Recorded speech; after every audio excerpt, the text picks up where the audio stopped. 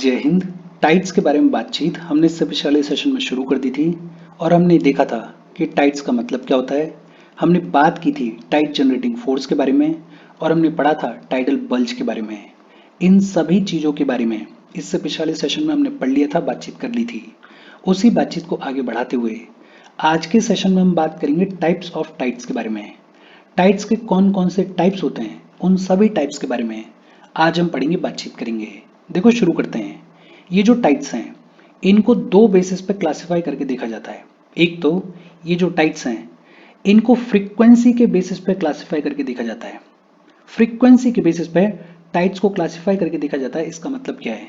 देखा जाता है कि एक दिन में या फिर 24 आवर्स में ये जो टाइड्स हैं ये कितना फ्रिक्वेंटली अकर हो रही हैं, और बेस्ड ऑन फ्रीक्वेंसी ये जो टाइड्स हैं इनके तीन टाइप्स देखने को मिलते हैं। कौन कौन से तीन टाइप्स देखने को मिलते हैं? एक देखने को मिलती है सेमी ड्यूरेनल टाइड, और ये जो सेमी ड्यूरेनल टाइड्स होती हैं they are the most common tidal pattern. सबसे कॉमनली अकर होने वाला टाइडल पैटर्न देखने को मिलता है इन सेमी ड्यूरेनल टाइड्स में। और सेमी ड्यूरेनल टाइड्स में होता क्या है? एक दिन में दो हाई टाइड्स देखने को मिलती हैं और दो लो टाइड्स देखने को मिलती हैं। सेमी ड्यूरेनल टाइड्स में एक दिन में दो हाई टाइड्स देखने को मिलती हैं और दो लो टाइड्स देखने को मिलती हैं।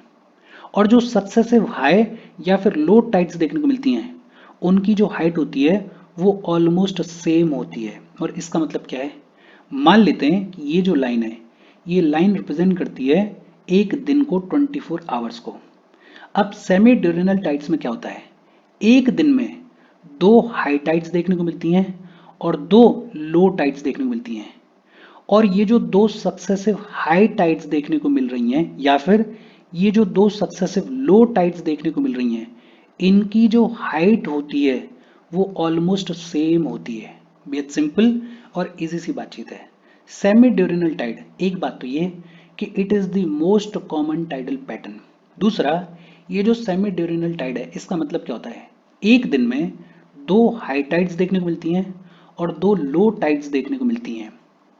और ये जो सक्सेसिव हाई या फिर लो टाइड्स देखने को मिलती हैं इनकी जो हाइट होती है वो ऑलमोस्ट सेम होती है। फिर दूसरी होती है ड्यूरेनल टाइड। और ड्यूरेनल टाइड का मतलब क्या होता है? एक दिन में सिर्फ एक हाई टाइड देखने को मिलती है और सिर्फ एक लो टाइड देखने को मिलती है। ड्यूरेनल टाइड का मतलब क्या है कि एक दिन में सिर्फ एक हाई टाइड देखने को मिलती है और सिर्फ एक लो टाइड देखने को मिलती है। और जो सक्सेसिव हाई या फिर लो टाइड्स देखने को मिलती हैं उनकी जो हाइट होती है वो ऑलमोस्ट सेम होती है। मतलब ये जो ड्यूरेनल टाइड है इसको कुछ इस तरीके से रिप्रेजेंट किया जा सकता है। मान लेते हैं कि ये जो लाइन है ये रिप्रेजेंट करती है 24 आवर्स को, एक दिन को।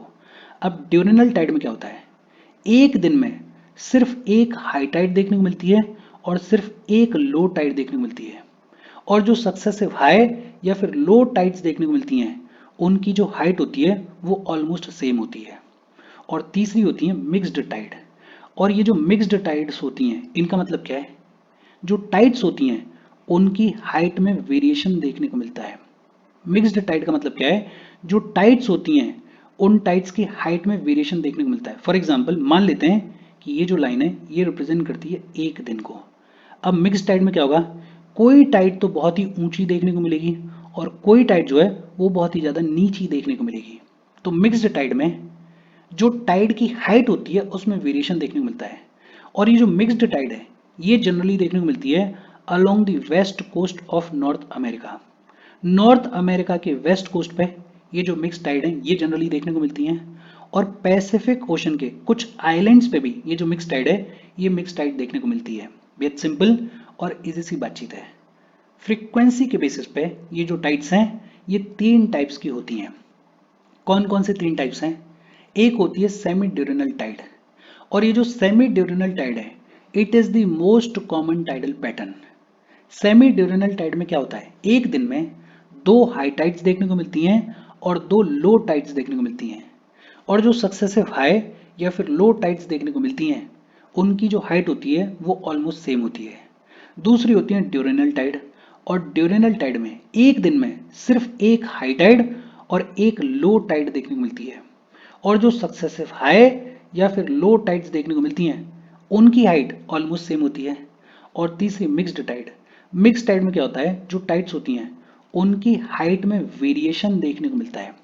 ये जो मिक्स टाइड हैं ये जनरली देखने को मिलती हैं along the west coast of North America, और पैसिफिक ओशन के बहुत सारे आइलैंड्स पे भी ये जो मिक्स टाइड हैं ये मिक्स टाइड देखने को मिलती हैं। बेहद सिंपल और इजी सी बातचीत है। होपफुली यहाँ तक आपको चीज़ें समझ में आई होंगी।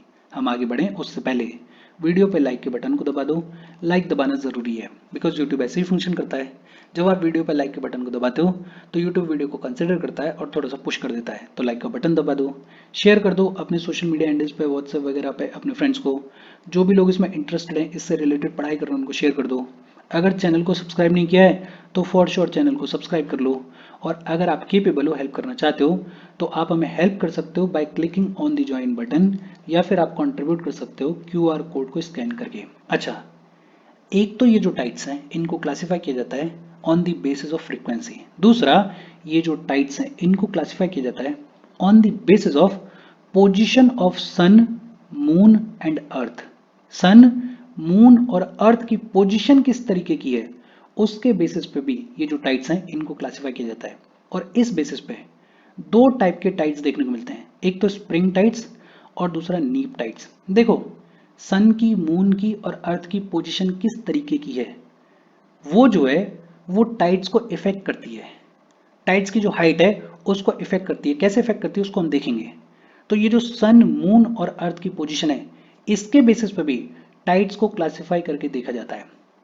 और इसके बेसिस पे दो टाइप के टाइड्स देखने को मिलते हैं, एक स्प्रिंग टाइड्स और दूसरे नीप टाइड्स। सबसे पहले हम बात करेंगे स्प्रिंग टाइड्स के बारे में। ये जो स्प्रिंग टाइड्स हैं ये तब देखने को मिलती हैं जब सन, मून और अर्थ एक स्ट्रेट लाइन में एग्जिस्ट करते हैं। जब सन, मून और अर्थ एक स्ट्रेट लाइन में एग्जिस्ट करते हैं तो देखने को मिलती है स्प्रिंग टाइड्स।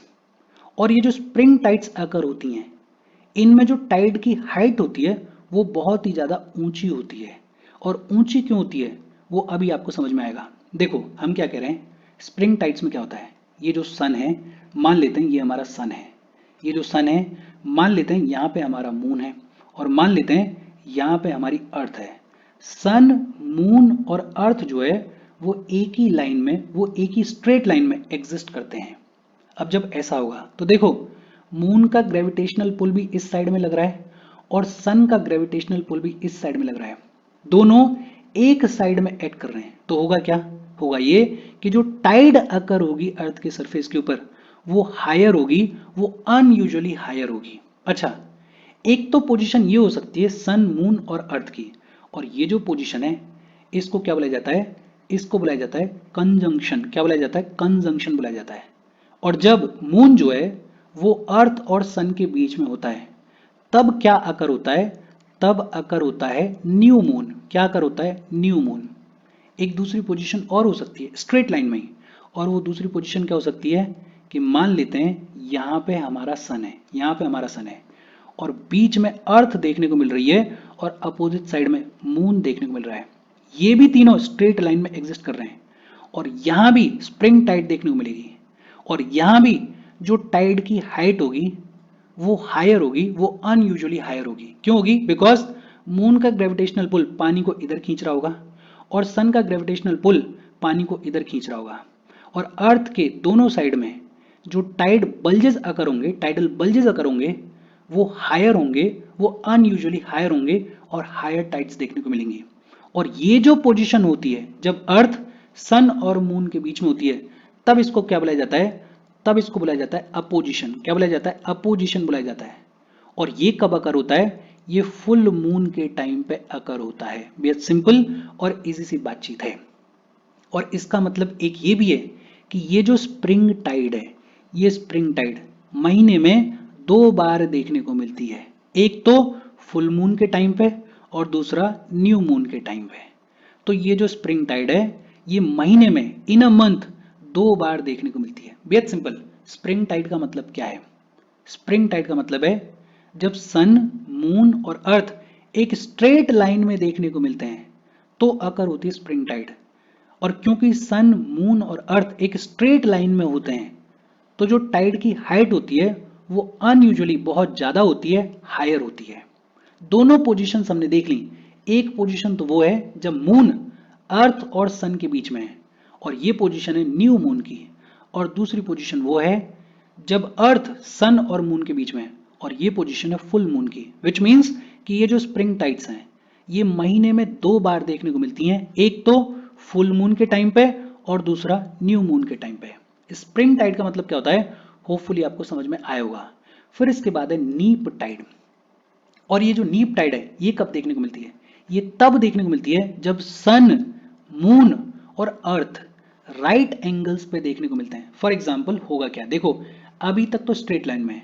अब एक सिचुएशन क्या हो सकती है, एक सिचुएशन ये हो सकती है कि सन यहाँ पे है, सन यहाँ पे कोई दिक्कत नहीं है, अर्थ यहाँ पे, अर्थ यहाँ पे कोई दिक्कत नहीं है, लेकिन ये जो मून है ये तो घूम रहा है ना अर्थ के इर्द गिर्द, तो हो सकता है मून इस पोजीशन पे आ जाए, मून जो है वो यहाँ पे आ जाए, या फिर मून जो है वो इस पोजीशन पे आ जाए।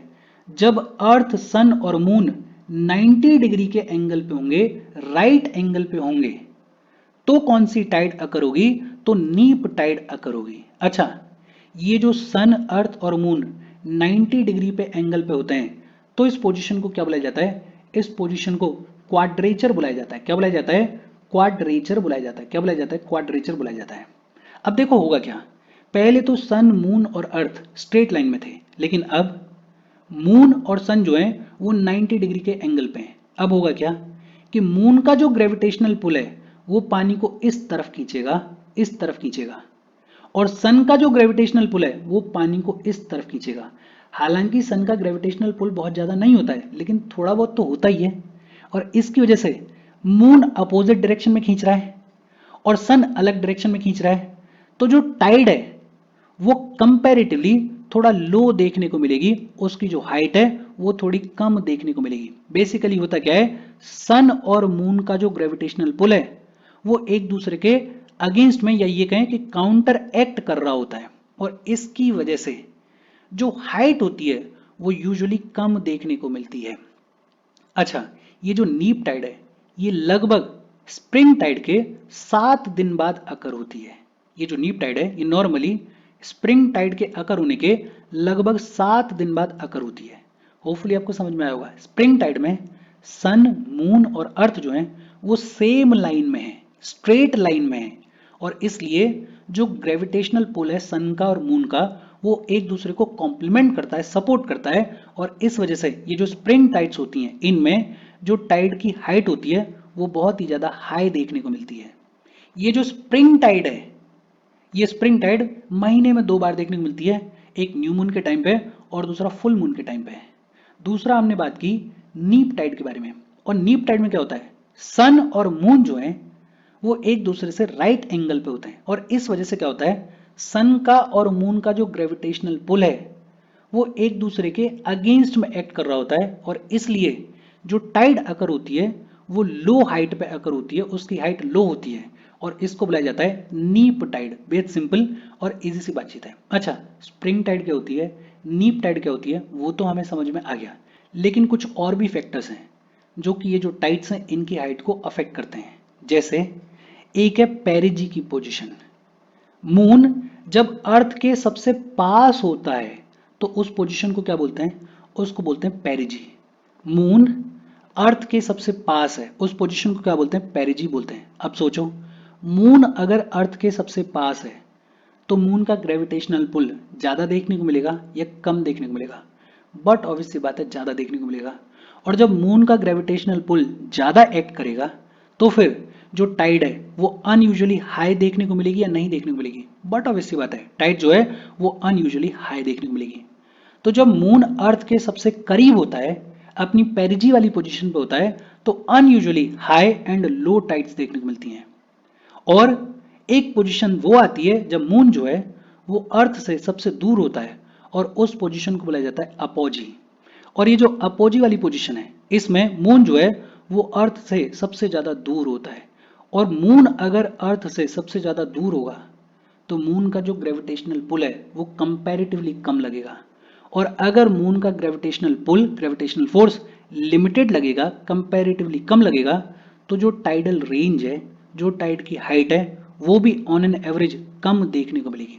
अच्छा, पेरिजी की पोजीशन जब आती है उसके लगभग 2 हफ्ते के बाद अपोजी वाली पोजीशन देखने को मिलती है। आपको याद क्या रखना है, पेरिजी वो वाली पोजीशन है जब मून अर्थ के सबसे क्लोज होता है, और अपोजी वो वाली पोजीशन है जब मून अर्थ से सबसे ज्यादा दूर होता है।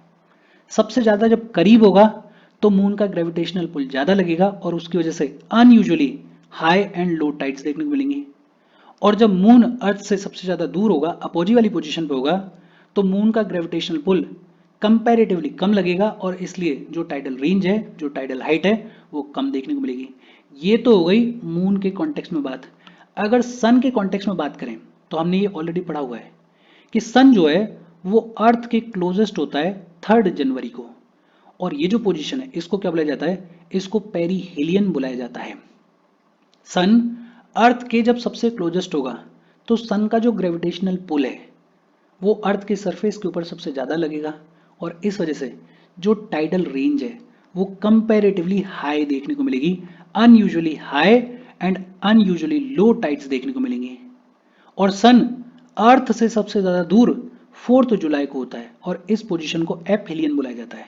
सन जो है वो अर्थ से सबसे ज्यादा दूर 4 जुलाई को होता है और इस पोजीशन को एपहेलियन बुलाया जाता है। और सन अगर अर्थ से सबसे ज्यादा दूर होगा तो सन का जो ग्रेविटेशनल पुल है वो भी अर्थ के सरफेस के ऊपर कम लगेगा, और इस वजह से जो टाइडल रेंज है, जो टाइडल हाइट है, वो कम देखने को मिलेगी।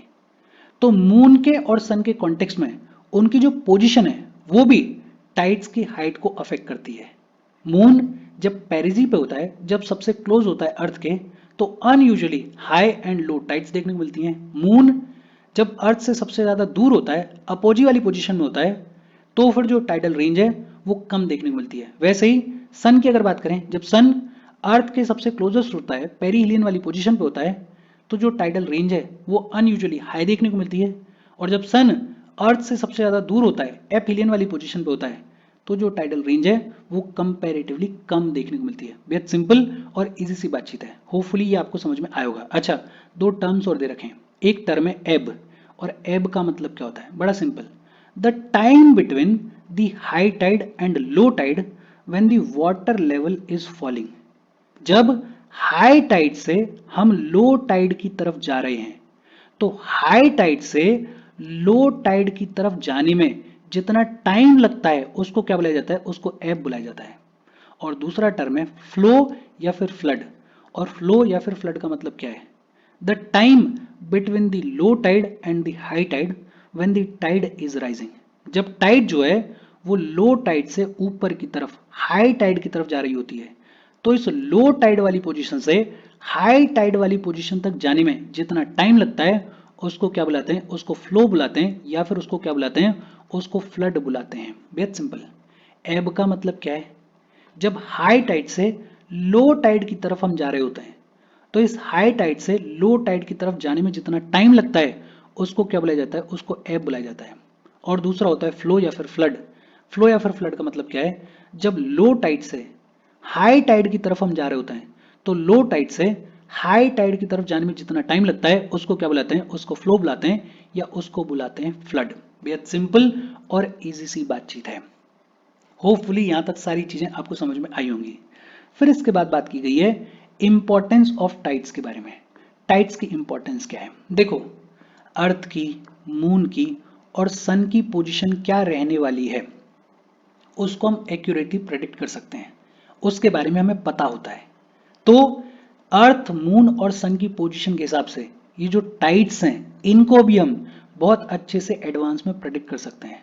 और अगर हमें टाइड्स की जानकारी है तो उस जानकारी को जो नेविगेटर्स हैं वो यूज कर सकते हैं, जो फिशरमैन है वो यूज कर सकते हैं। जैसे अगर पता चल जाए कि भाई ये जो टाइम पीरियड है, इस टाइम पीरियड में हाई टाइड देखने को मिलेगी, तो जो फिशरमैन है वो थोड़ा दूर रहेगा, बिकॉज पानी बहुत ज्यादा आएगा, खतरे की घंटी है, तो थोड़ा दूर रहेगा। अकॉर्डिंगली फिशरमैन जो है वो प्लान कर लेगा। लेकिन नेविगेटर्स को अगर बता दिया जाए कि ये जो टाइम पीरियड है, इस टाइम पीरियड में हाई टाइड रहने वाली है, तो बहुत सारे हार्बर्स या बहुत सारे कोस्टल एरियाज ऐसे होते हैं जिनमें यूजुअली पानी नहीं रहता है, जिनमें यूजुअली पानी तभी आता है या इनफ पानी तभी आता है जब हाई टाइड देखने को मिलती है। तो ये जो नेविगेटर्स हैं ये हाई टाइड वाले टाइम पे अपने शिप को लेके आ जाएंगे, अपनी बोट को लेके आ जाएंगे, हार्बर तक बहुत इजीली पहुंच पाएंगे। तो ये जो टाइड्स हैं, इनके बारे में जब हमें पता चल जाता है कि कब हाई टाइड रहने वाली है, कब लो टाइड रहने वाली है, तो जो नेविगेटर्स होते हैं, जो फिशरमैन होते हैं, वो अपने एक्टिविटीज को बेहतर तरीके से प्लान कर सकते हैं, बेहतर तरीके से समझ सकते हैं कि उनको किस तरीके से ऑपरेट करना है। दूसरा, ये जो टाइड्स हैं, ये बेहद हेल्पफुल होती हैं in desilting of the sediments. Desilting of the sediments में बेहद हेल्पफुल है। दूसरा, पॉल्यूशन को रिमूव करने में भी बेहद हेल्पफुल है। जैसे अब कोई रिवर आ रही है और रिवर जो है वो इस लंबे चौड़े ओशन में आके मिल रही है। हाई टाइड होगी, इसका मतलब क्या है कि पानी जो है वो ऊपर तक राइज करेगा, और पानी जब ऊपर तक राइज करेगा तो यहाँ पे जितना भी सिल्ट जम गया होगा उसको अपने साथ में बहा के ले जाएगा। यहाँ पे जितना भी रिवर पॉल्यूट हो गई होगी उस पॉल्यूशन को भी अपने साथ में बहा के ले जाएगा। भाई जब लो टाइड होगी, पानी जब नीचे जाएगा, तो इस हाई टाइड के टाइम पे यहाँ पे जो सिल्ट है, यहाँ पे जो पॉल्यूशन है, उसको अपने साथ में नीचे लेके चला जाएगा, नहीं चला जाएगा। तो डीसिल्टिंग ऑफ द सेडिमेंट और रिमूविंग पॉल्यूटेड वाटर, उसमें भी ये जो टाइड्स हैं बड़ा इंपॉर्टेंट रोल प्ले करती हैं। और टाइड्स का बेहद इंपॉर्टेंट रोल है इन generation of electrical power. Electrical power के जनरेशन में भी ये जो टाइड्स हैं ये बड़ा इंपॉर्टेंट रोल प्ले करती हैं। वो जो टरबाइन घुमाया जाता है पावर को जनरेट करने के लिए, उसमें ये जो टाइड्स हैं बड़ा इफेक्टिव रोल प्ले करती हैं। ये जो इलेक्ट्रिकल पावर है टाइड्स के थ्रू, ये जनरेट की जाती है कनाडा में, ये जनरेट की जाती है फ्रांस में, ये जनरेट की जाती है रशिया में, ये जनरेट की जाती है चाइना में। तो टाइड्स की इंपॉर्टेंस है, एक इंपॉर्टेंस तो ये है कि अगर हमें टाइड्स के बारे में एडवांस में पता चल जाता है तो नेविगेटर्स और फिशरमैन जो हैं वो खुद को बेहतर तरीके से प्लान कर सकते हैं। दूसरा, ये जो टाइड्स हैं ये हेल्प करती हैं in desilting of the sediments and removing polluted water from the estuaries and reverse.